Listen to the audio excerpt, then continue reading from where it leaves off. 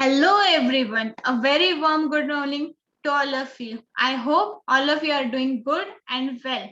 So I welcome to you to our today's Elites Master Plan in hashtag 017 session. So if you are not gone through our previous videos, then please go through our YouTube channel Dharmesh Mehta GPAT and please go through all the previous videos. And let's start with the today's session, that is hashtag 17. So आज के session में हम लोग क्या discuss करने वाले हैं? आज हम लोग बायोकेमिस्ट्री एंड बायोटेक्नोलॉजी के एमसीक्यू सॉल्व करेंगे. Biochemistry and biotechnology subjects are quite interesting, but most of time we ignore those subjects. So let's start with our today's session. So here's our first MCQ of today's session. Among the following, which one is not only a non-reducing sugar but also does not exhibit mutarotation? Question बोल रहा है कि कौन सा जो options आएंगे उसमें से कौन सा नॉन रिड्यूसिंग शुगर है और वो म्यूटारोटेशन भी एग्जिबिट नहीं करता है, right? But first of all we should know what is non reducing sugar and what is meant by mutarotation. So let's see. Non reducing sugars are those sugars which does not undergo oxidation. जो sugars oxidation को undergo नहीं होते वो लोग non reducing sugars होते हैं. Oxidation को undergo नहीं होती, इसका मीनिंग क्या होता है? जो शुगर्स में हमारा जो कार्बोनिल कार्बन होता है, जो एनोमेरिक कार्बन होता है, वहां पे जो ये कार्बोनिल ग्रुप होगा उसका ऑक्सीडेशन नहीं होगा, वो शुगर को हम लोग नॉन रिड्यूसिंग शुगर्स बोलते हैं. Fine. And what is the meaning of mutarotation? Mutarotation का मीनिंग ये है कि जहां पे ऑप्टिकल रोटेशन होते हैं, जो मॉलिक्यूल्स ऑप्टिकल रोटेशन दिखाते हैं उनका जो कन्वर्शन होता है between two rotation optical rotation, that is mutarotation. Means in sugars we know, right, that is one anomeric carbon. We all know, right, the first carbon is anomeric carbon. sugars में जो first carbon होता है वो हमारा anomeric carbon होता है. तो वो एनोमेरिक कार्बन एक तो अल्फा मॉलिक्यूल देता है और बीटा मॉलिक्यूल देता है. तो उनका जो रोटेशन, वो जो मॉलिक्यूल होंगे वो जो रोटेशन दिखाएंगे उसको हम लोग बोलते हैं म्यूटारोटेशन. और वो जो ये जो मॉलिक्यूल्स होते हैं अल्फा और बीटा, ये दोनों इंटर कन्वर्टिबल होते हैं एक दूसरे में. सो उनका ये लोग जो रोटेशन दिखाएंगे उसको हम बोलेंगे म्यूटारोटेशन. सो इसके question is asking is which one is non reducing sugar and which does not exhibit mutarotation. So let's see our options first. So the first option is glucose, second option is maltose, third option is lactose, and the last option is sucrose. ये glucose, maltose, lactose और sucrose, ये सारे sugar जो है हम लोग ने सुने हुए, right? We all know this sugars. Glucose एक हमारा मोनोसैकेराइड है, right? And maltose, lactose and sucrose are disaccharides. हम लोग को पता है ना, हम लोगों ने पढ़ा है बायोकेमिस्ट्री में कि ग्लूकोज मोनोसैकेराइड है, maltose, lactose and sucrose are disaccharide. Then what is maltose made up of? Maltose is made up of two molecules of glucose. Glucose के दो मॉलिक्यूल से माल्टोज बना हुआ है. So glucose, maltose is made up of two molecules of glucose. So lactose किससे बना हुआ है? लैक्टोज ग्लूकोज और गैलेक्टोज से बना हुआ है. किससे? ग्लूकोज और गैलेक्टोज से. And sucrose is made up of glucose and fructose. किससे? ग्लूकोज और फ्रुक्टोज से बना हुआ है सुक्रोज. तो हमें ये तो पता चल गया कि ग्लूकोज मोनोसैकेराइड है, माल्टोज, लैक्टोज और सुक्रोज आर डाइसैकेराइड्स. बट उसका इससे क्या रिलेशन है नॉन रिड्यूसिंग शुगर से? So we will see all monosaccharides have free anomeric carbon. जो एनोमेरिक कार्बन है मैंने बताया, the first carbon one is the anomeric carbon. So all the monosaccharides which have free anomeric carbon are reducing sugars. ये क्या बोल रहा है कि जो भी सभी मोनोसैकेराइड्स जिसके पास फ्री एनोमेरिक कार्बन है वो सारे रिड्यूसिंग शुगर्स है. सो हमने बोला कि ग्लूकोज क्या है? मोनोसैकेराइड है. तो ग्लूकोज के पास जो पहला एनोमेरिक कार्बोनिल कार्बन होगा वो फ्री होगा, और वो फ्री होगा तो दो रिड्यूसिंग शुगर है, तो इसका मतलब क्या हुआ, हमारा glucose is reducing sugar. So this can't be our option. We can eliminate glucose from our list. So बच्चे क्या, maltose, lactose and sucrose, ये तीनों भी डाइसैकेराइड है. बट तो फिर इन तीनों में से नॉन रिड्यूसिंग शुगर कौन सा है? Let's see.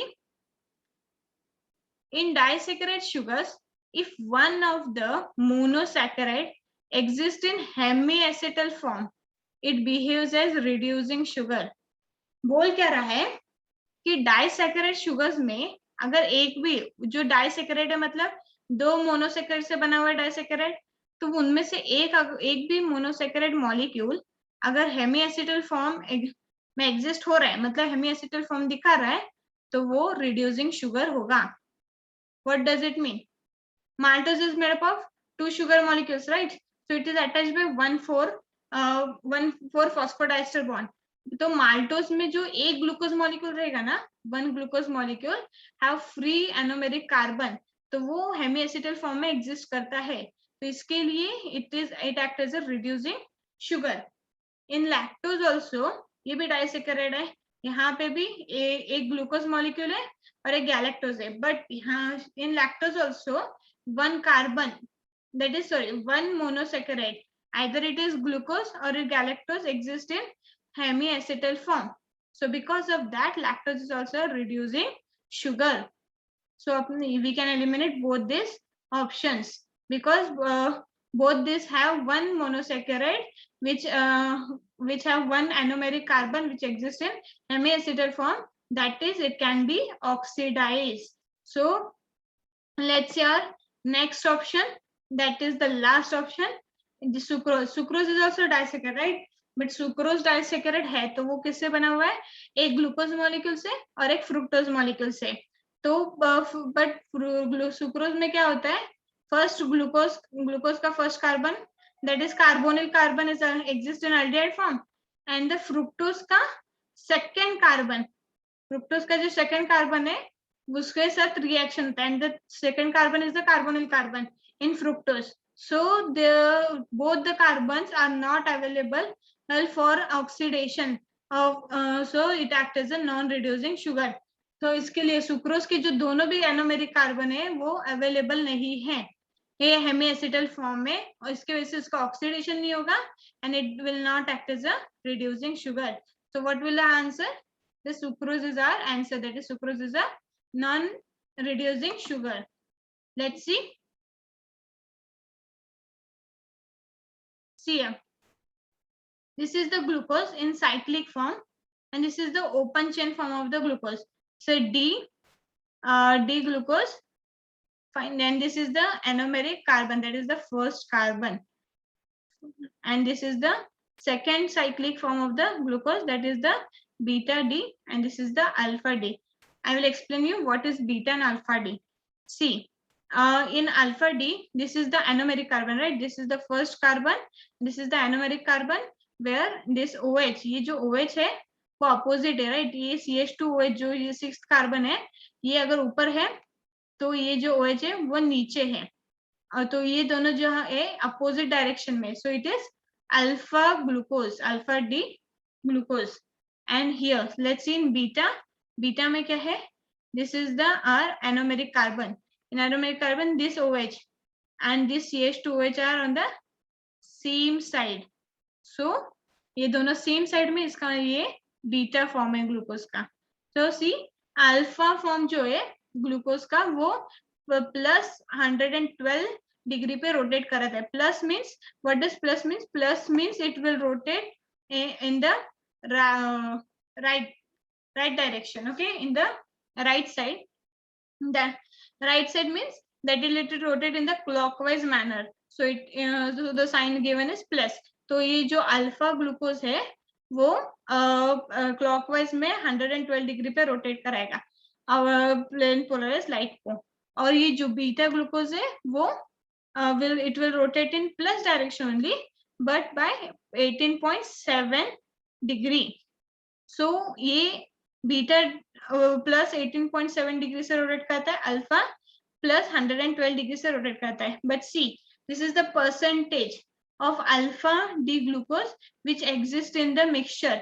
which is 37%. And what is the percentage of beta D glucose? That is 63%. मतलब क्या है कि बीटा डी ग्लूकोज जो है ना मिक्सचर में ज्यादा कॉन्सेंट्रेशन में मिलता है, that is 63%. And alpha D glucose कितने कॉन्सेंट्रेशन मिलता है?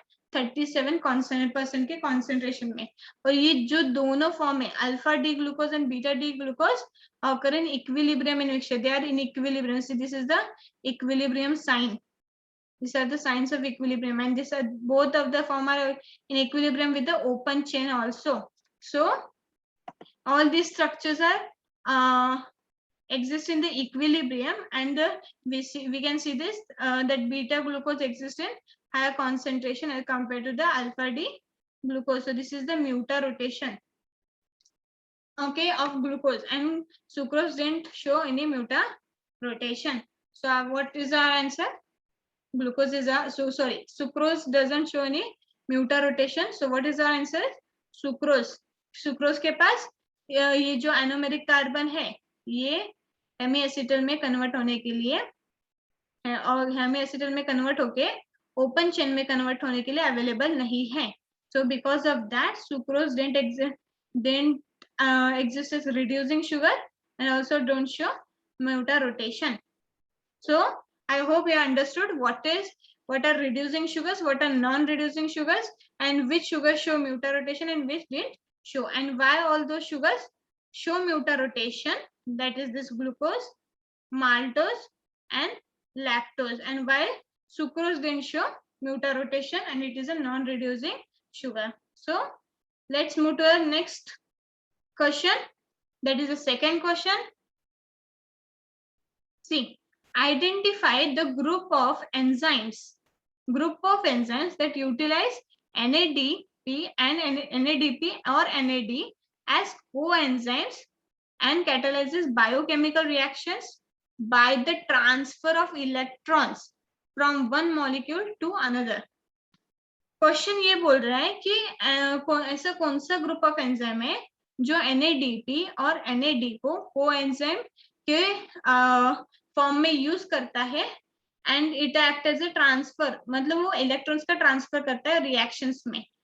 फाइन, क्वेश्चन ये पूछा है, बट हमें तो ये पता करना होगा पहले कि ऐसा कौन सा ग्रुप ऑफ एंजाइम वो NADP और NAD को कोएंजाइम कैसे यूज करता है, या तो हमें ये पता होना चाहिए, अदरवाइज वी शुड नो कि कौन सा ग्रुप ऑफ एंजाइम है जहाँ पे वो ऐसे रिएक्शंस को कैटालाइज करता है जहाँ पे ट्रांसफर ऑफ इलेक्ट्रॉन्स हो रहा हो. Fine, so let's see first the options.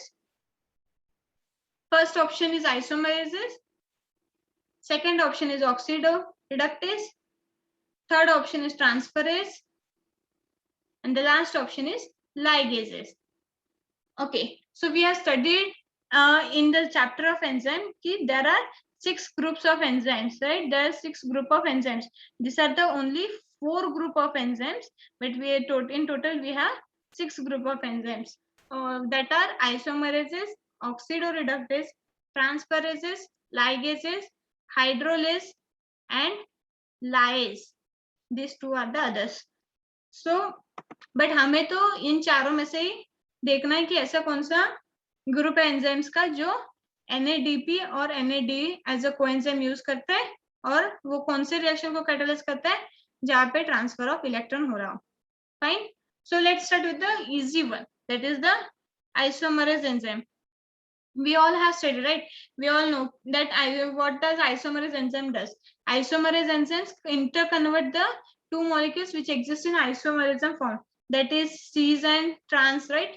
We know cis and trans are interconvertible, and these are this can be converted by isomerase enzymes. Now cis and trans, then L and D form of the sugars, this all can be converted by isomerase enzyme. And the example of isomerase enzyme is the alanine racemase. Alanine racemase में क्या, alanine racemase क्या करता है? Alanine racemase L form को D form में convert करता है. Alanine racemase जो isomerase enzyme है वो L फॉर्म को D फॉर्म में कन्वर्ट करेगा. So this is the function of isomerase enzyme. तो यहाँ पे isomerase enzyme didn't use NADP or NAD as a coenzyme and it didn't transfer any electrons. So let's move to our ligases. Let's see what does ligases does. Ligases means it works as joining. So it joins the fragments of the DNA or other molecules. Sorry, it will join various fragments. Okay, for example, DNA ligase. What does DNA ligase does? It works as joining the fragments. Suppose these are the fragments, small fragments. So it will work as joining of the fragments. So that is the work of the ligase. So for joining of this fragments, ligase didn't use NADP or NAD as coenzymes, and the transfer of electrons also didn't occur. So ligase is not also our answer, that it can be eliminated. So isomerases and ligases are eliminated. Let's see transferases. Now we can see here, नाम में ही दिख रहा है कि ये transferases मतलब transfer करेगा. किसको ट्रांसफर करेगा? मॉलिक्यूल्स को या किसी ग्रुप को, फंक्शनल ग्रुप को ये ट्रांसफर करेगा. लाइक असाइल ग्रुप होगा, कार्बोनिल ग्रुप में acyl group we all know right. Acyl group को ट्रांसफर करेगा और मिथाइल ग्रुप को ट्रांसफर करेगा. तो इन सब ग्रुप्स को जो ट्रांसफर करेगा वन मॉलिक्यूल से दूसरे मॉलिक्यूल को, उसको हम लोग बोलेंगे ट्रांसफरेजेस एंजाइम्स. सो ट्रांसफरेज एंजाइम करने के लिए भी NADP और NAD को यूज नहीं करता है और इलेक्ट्रॉन्स ट्रांसफर नहीं होता है. ट्रांसफरेज एंजाइम है, नाम में ट्रांसफर है, बट वो इलेक्ट्रॉन्स को ट्रांसफर नहीं करता है. वो एक एटम्स को या फंक्शनल ग्रुप्स को ट्रांसफर करता है एक मॉलिक्यूल से दूसरे मॉलिक्यूल में. Okay, so we can reject this option also. That is, transfer is not our answer. So let's see the next option. That is oxidoreductases. Oxidoreductases के भी नाम से कुछ पता चल रहा है क्या? देखो, oxidoreductases में दो नाम है, एक है ऑक्सीडो और दूसरा है रिडक्टेस. इसका मतलब क्या है? ऑक्सीडो का मीनिंग है रिडक्शन एंड रिडक्टेस का मीनिंग है सॉरी ऑक्सीडो का मीनिंग है ऑक्सीडेशन एंड रिडक्टेस का मीनिंग है reduction. So both of this, when both of this works, that is what happen is redox reaction occur, right? We all know redox reaction हमने सुना है. redox reaction में oxidation and reduction दोनों साथ में होता है. एक मॉलिक्यूल ऑक्सीडाइज होगा तो दूसरा मॉलिक्यूल रिड्यूस होगा. तो ये एक मॉलिक्यूल ऑक्सीडाइज होगा, दूसरा मॉलिक्यूल रिड्यूस कैसे होगा? this oxidizing molecule will, the molecule which get oxidized will give electron to the molecule which get reduced. तो यहाँ पे क्या हो रहा है? ट्रांसफर ऑफ इलेक्ट्रॉन हो रहा है from the molecule which is getting oxidized, the molecule which is getting reduced. So यहाँ पे ट्रांसफर ऑफ इलेक्ट्रॉन भी हो रहा है. And so this group of enzymes also use NADP और NAD as coenzyme. Why? क्योंकि NADP और NAD ये दोनों जो है ना, that is in the oxidized form. NADP or NAD is the oxidized form. When it will give the electrons, it will be reduced to NADP H or NADH.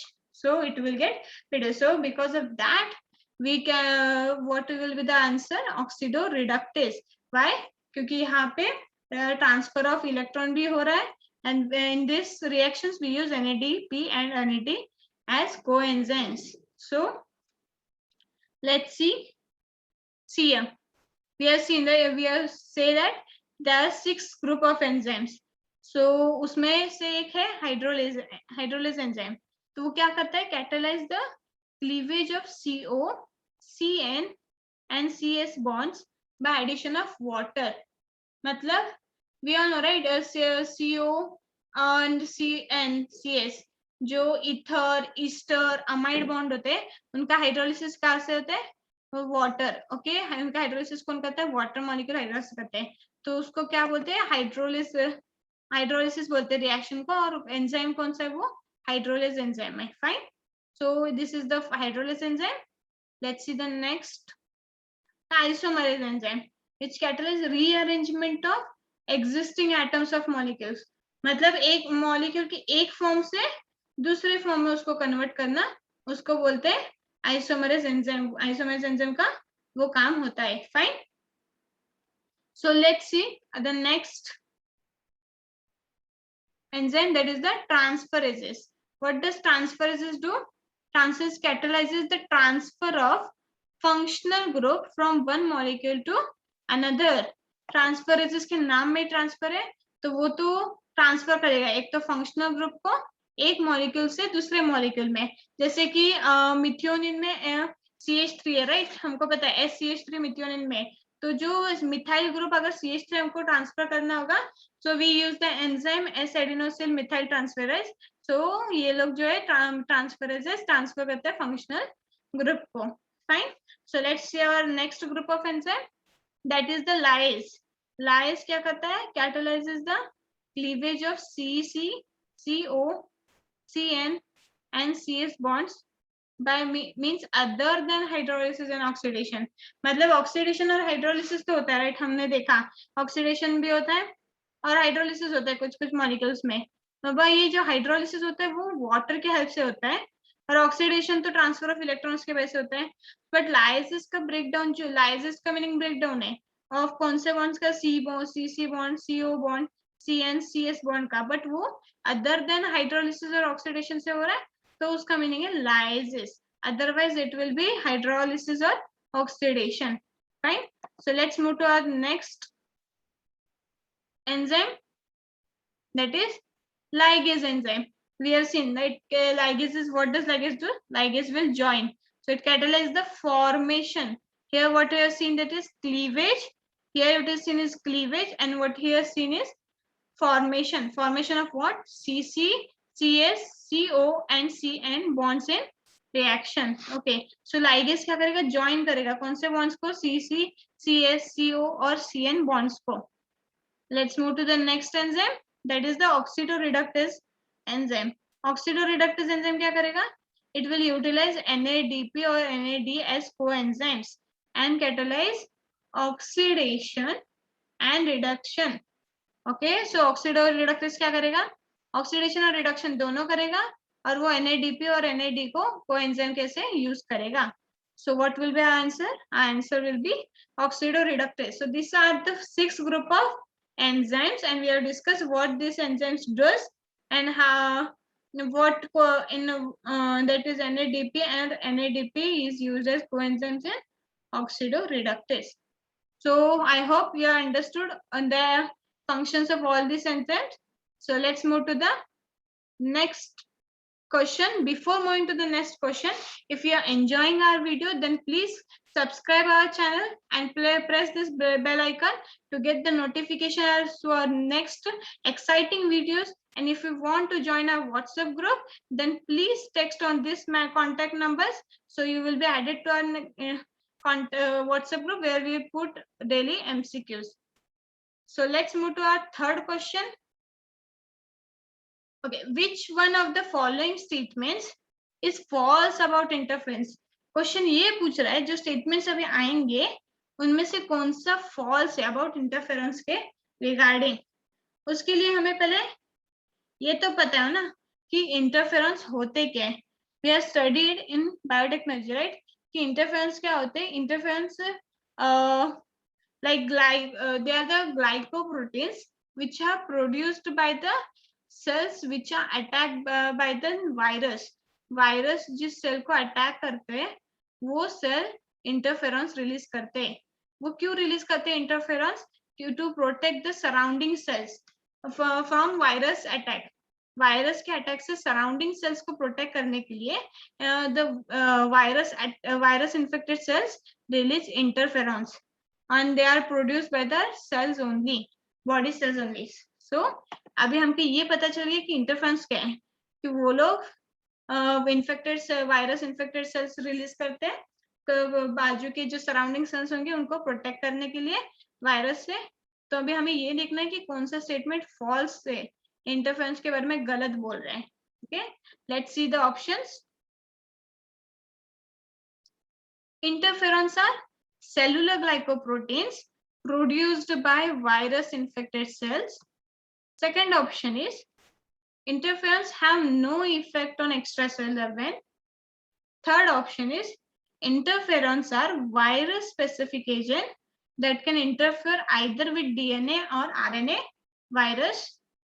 And the last option is they are produced as potent broad spectrum antiviral agents। Okay, सो ये 4 statements है, इसमें से हमें ये पता करना है कि कौन सा स्टेटमेंट फॉल्स है इंटरफेरेंस के बारे में. सो हमें अभी बात की right that interference are produced by the virus infected cells. Interference कौन प्रोड्यूस करता है? वायरस इन्फेक्टेड सेल्स प्रोड्यूस करते हैं. तो ये फर्स्ट स्टेटमेंट में तो ये बोला है, तो ठीक है, इतना तो राइट है. और इंटरफेरेंस ग्लाइकोप्रोटीन्स होते हैं, सेलुलर ग्लाइकोप्रोटीन्स, राइट, ये भी राइट है क्योंकि इंटरफेरेंस सेल से प्रोड्यूस होते हैं. सो अपने बॉडी सेल्स प्रोड्यूस करते हैं, so they are in form of glycoprotein. What are glycoprotein?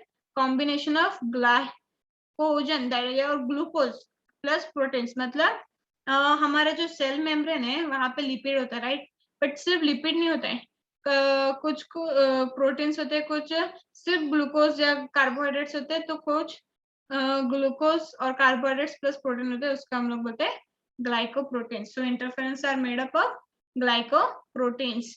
Okay, let's see the. तो ये तो ठीक है, हमें लगता है कि फर्स्ट ऑप्शन हमारा राइट है, that they are made from the cellular glycoprotein and they are produced by virus infected cell. So let's move to the next option. See, the B option is interference have no effects on extracellular vent.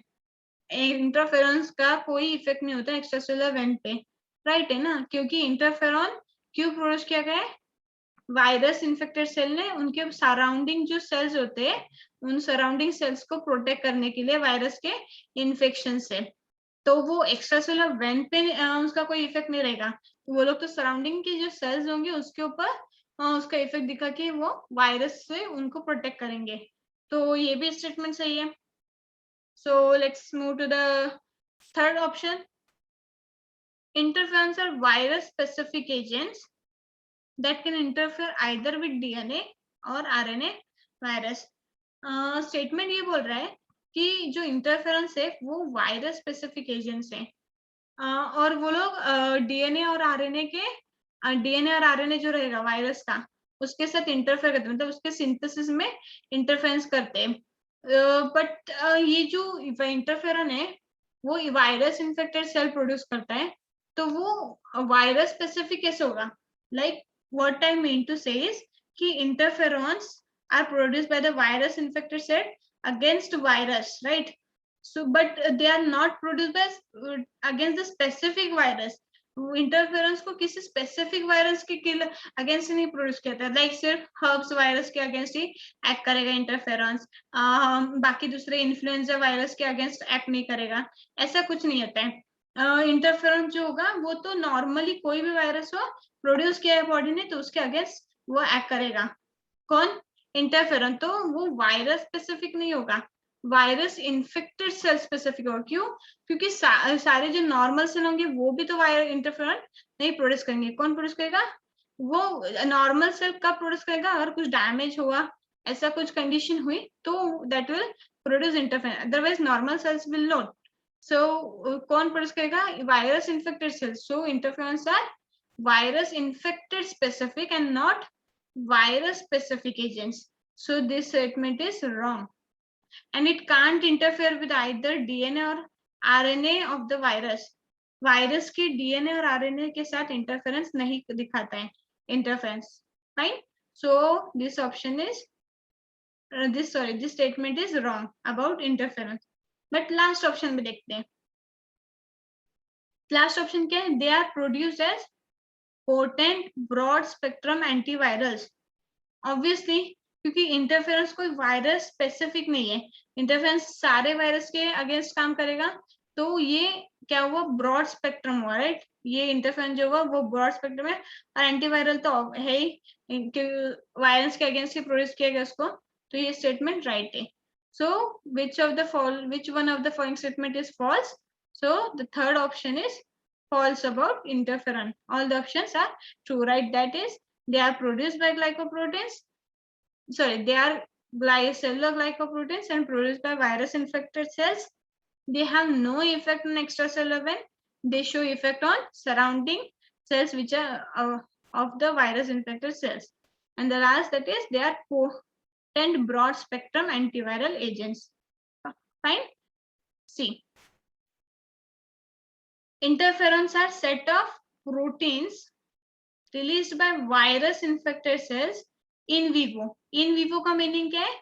Inside the body, and they are release inside the body. Outside the body को in vitro बोलते हैं, inside the body को इन vivo बोलते हैं। And reacts with the uninfected cell, surrounding जो uninfected cell है उसके साथ रिएक्ट करते हैं और उनको रेजिस्टेंट करते हैं वायरस के साथ खिलाफ, अगेंस्ट। ओके, सो इसके by this they protect the surrounding cells from virus infection. So what will be the answer? Option third. I hope all of you understand what are interferons, what are they, which cells produce interferons, and how they are produced. So let's move to see here. This is the virus infected cell.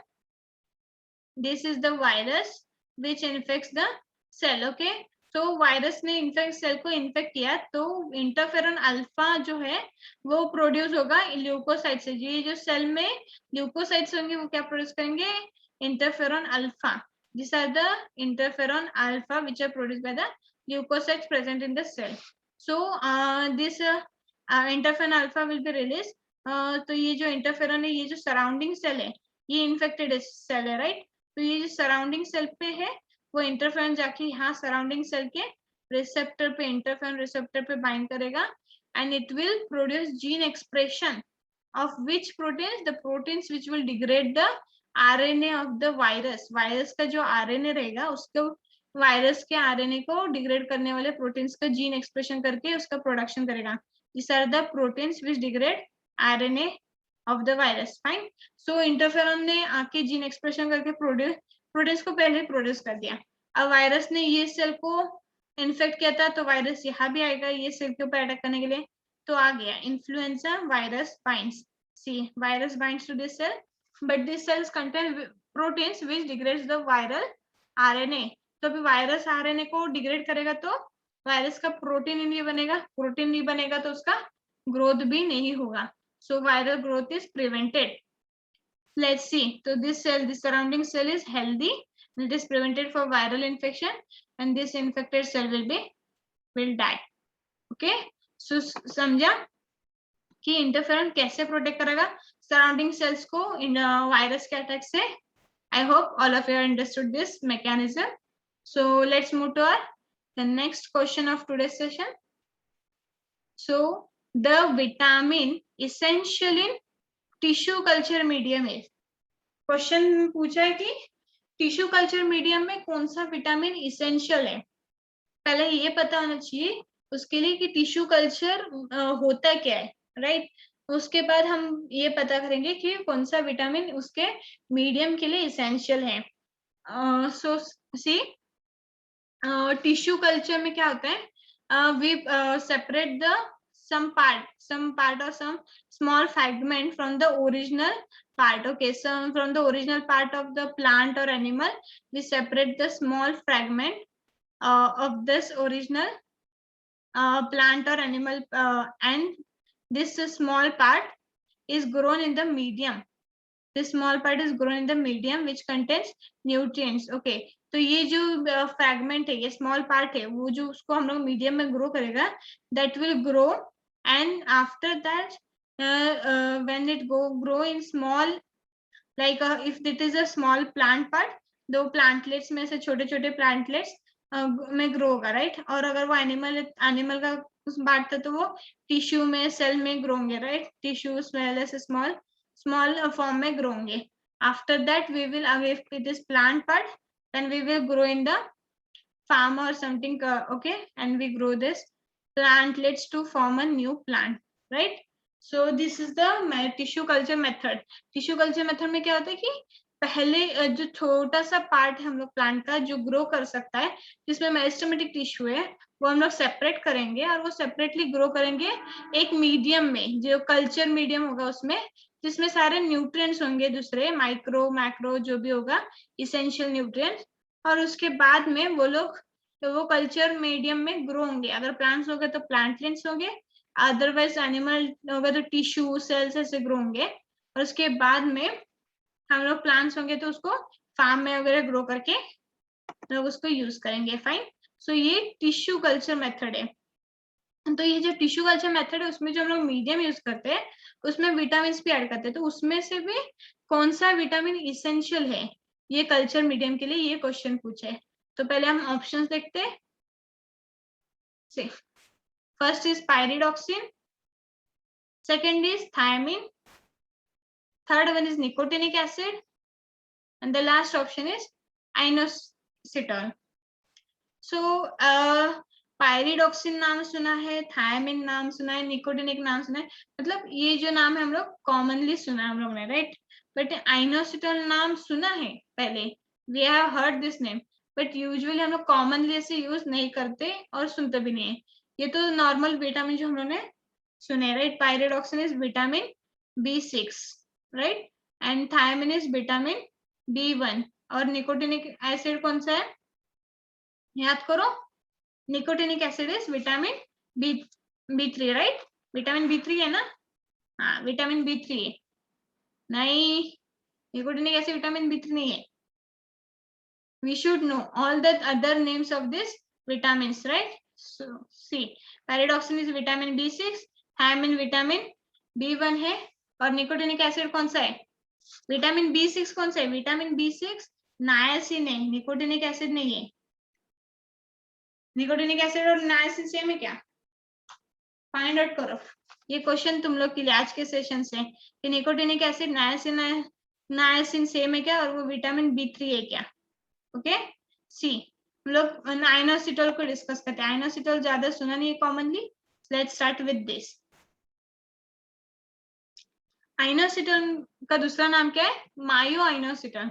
Mayo inositol inositol का दूसरा नाम है। और ये जो inositol है, this is inositol is a sugar which is abundantly found in brain and other mammalian tissues.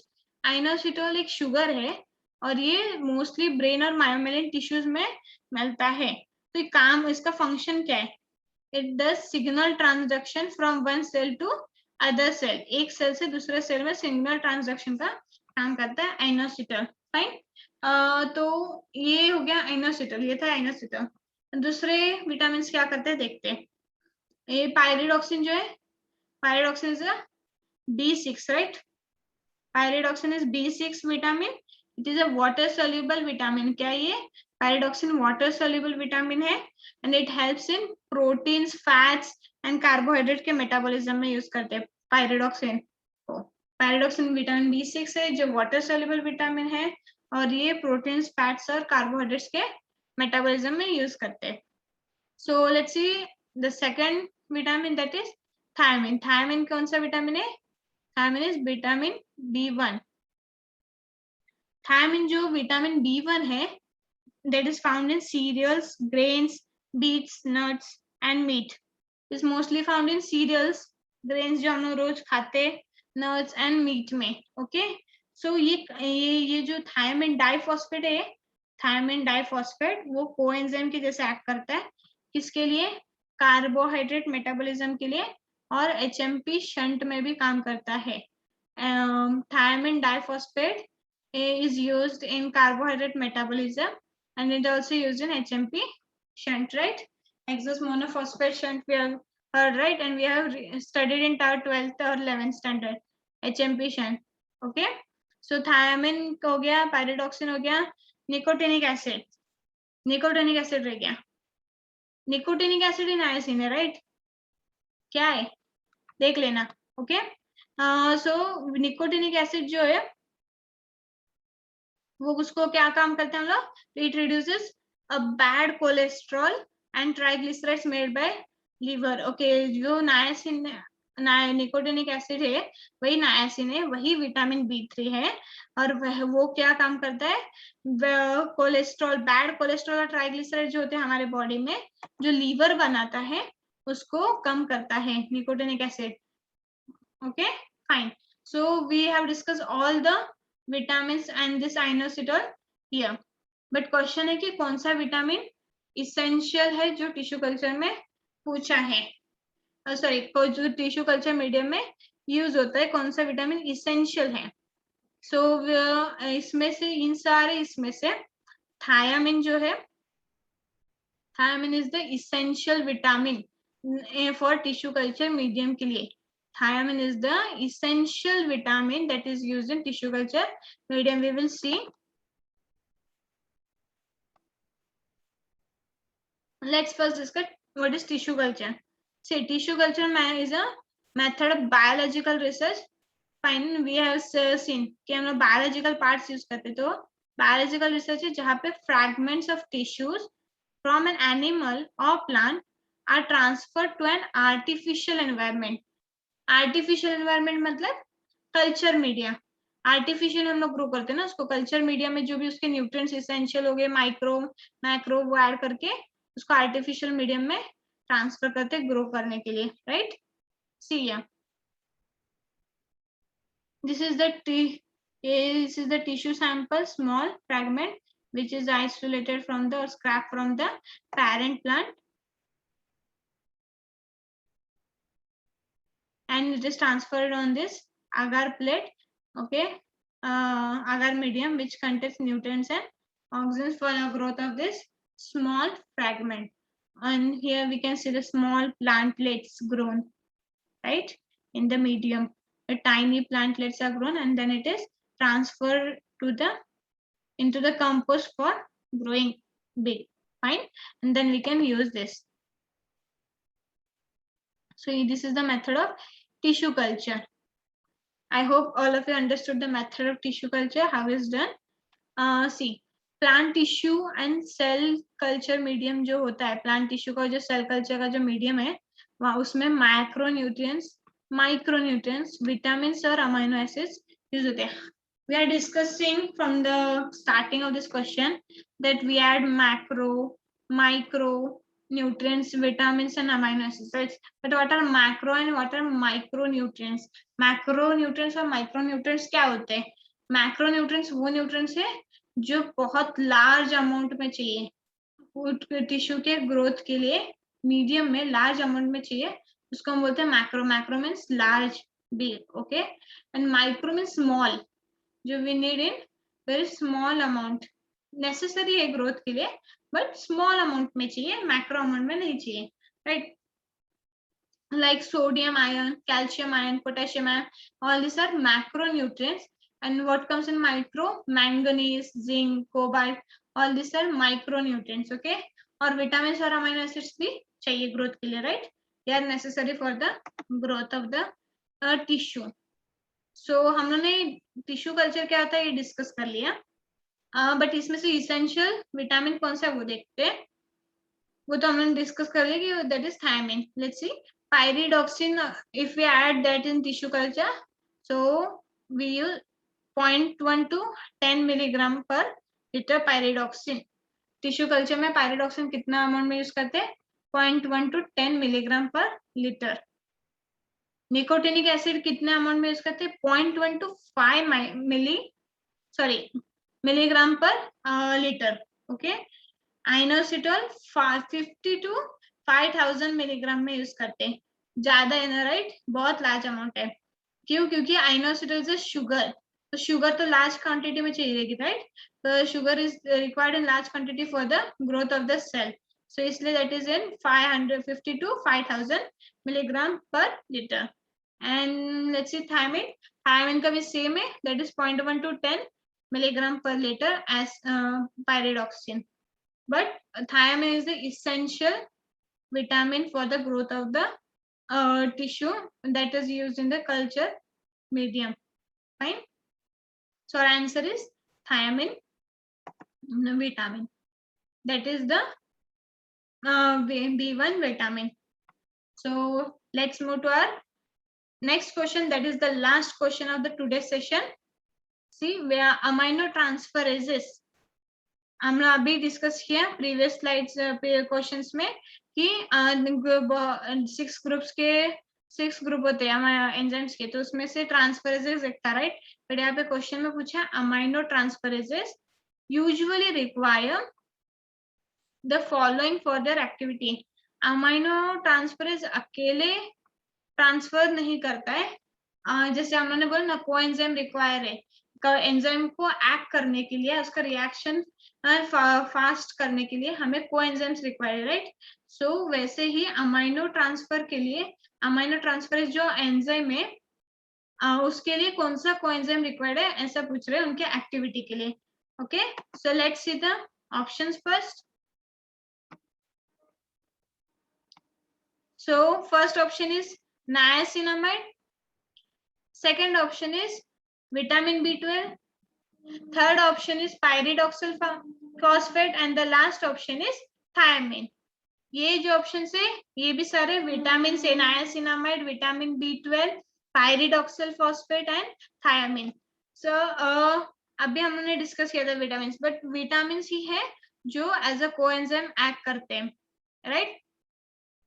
So but हमें अभी ये पता करना है कि कोई इनमें से कौन सा विटामिन है जो कोएंजाइम कैसे एक्ट करता है ट्रांसफर्स में. हमने ऑक्सीडो रिडक्टेज में देखा था कि NADP और NAD यूज करते हैं, और NADP NAD क्या है, नायासिनामाइड है, दैट इज निकोटिनामाइड, राइट? तो that is the only, this is the only that niacinamide. तो इसका मतलब ये कि ये तो ऑक्सीडो रिडक्टेज में यूज हुआ, तो ये अमाइनो ट्रांसफर्स में भी यूज होता है क्या? सी, वी विल सी. बट ये तो इतना तो पक्का है कि ये ऑक्सीडो रिडक्टेज में यूज होता है. ओके, एंड विटामिन B12 तो का दूसरा नाम है cyanocobalamin. We all know, right? Vitamin B12 is cyanocobalamin. pyridoxal phosphate, pyridoxal phosphate is the pyridoxine, right? हमने प्रीवियस क्वेश्चन में देखा pyridoxine वो विटामिन B6 और thiamine that is vitamin B1, ये भी हमने पहले क्वेश्चन में देखा. तो बट इसमें से अब अमाइनो ट्रांसफरेसिस में कौन सा एंजाइम के लिए कौन सा विटामिन कोएफेक्टर के काम करता है देखते हैं. सी, nicotinamide is the coenzyme for oxidation reduction reactions. You have seen this in the previous question only, right? तो niacinamide जो है वो ऑक्सीडो रिडक्टेज में काम करेगा as a coenzyme. See, vitamin B12 that is cyanocobalamin will act as a coenzyme for transfer of one carbon fragments. ऐसे reaction जहाँ पे वन कार्बन ट्रांसफर होता है ना, ऐसे रिएक्शंस में वो कोएंजाइम करके काम करता है कौन, vitamin B12 and also in metabolism of folic acid. So vitamin B12 will do, it will transfer one carbon fragment and it also metabolize folic acid, fine. So say the next vitamin, that is thiamine, B1 vitamin. It acts as a cofactor in decarboxylation reactions. ये thiamine जो है decarboxylation reactions में coenzyme का काम करता है, जैसे कि पायरुवेट डिकार्बोक्सिलेशन, ग्लाइकोलिसिस के बाद जो पायरुवेट डिकार्बोक्सिलेशन होता है वो एसिटाइल कोए में कन्वर्ट होता है, राइट? पायरुवेट, तो वो पायरुवेट डिकार्बोक्सिलेशन में काम करता है थायमिन. तो इसका मतलब है कि ये तीनों नहीं है, तो इसका मतलब पायरिडॉक्सिल फॉस्फेट ही हमारा coenzyme, right? See, pyridoxal phosphate is a coenzyme for transamination and decarboxylation of amino acids. pyridoxal phosphate जो है वो ट्रांसअमाइनेशन का मतलब क्या है? ट्रांसअमाइनेशन मतलब कि अमाइनो ट्रांसफरेसिस होगा, और डिकार्बोक्सिलेशन तो पता है हमें, कार्बन डाइऑक्साइड का रिमूवल, और ट्रांसअमाइनेशन मतलब अमाइनो एसिड, अमाइन ग्रुप जो होगा अमाइनो एसिड में उसका ट्रांसफर, उसको हम बोलेंगे ट्रांसअमाइनेशन, फाइन. तो हमारा आंसर क्या होगा? pyridoxal phosphate. We should know this vitamins which are used for coenzyme for different reactions. Okay, so our answer is pyridoxal phosphate. So this was the last question of the today's session. I hope all of you have enjoyed this session. So thank you so much for joining with us. Be safe, and we will meet with the next exciting videos in next session. Till then, bye. Thank you so much.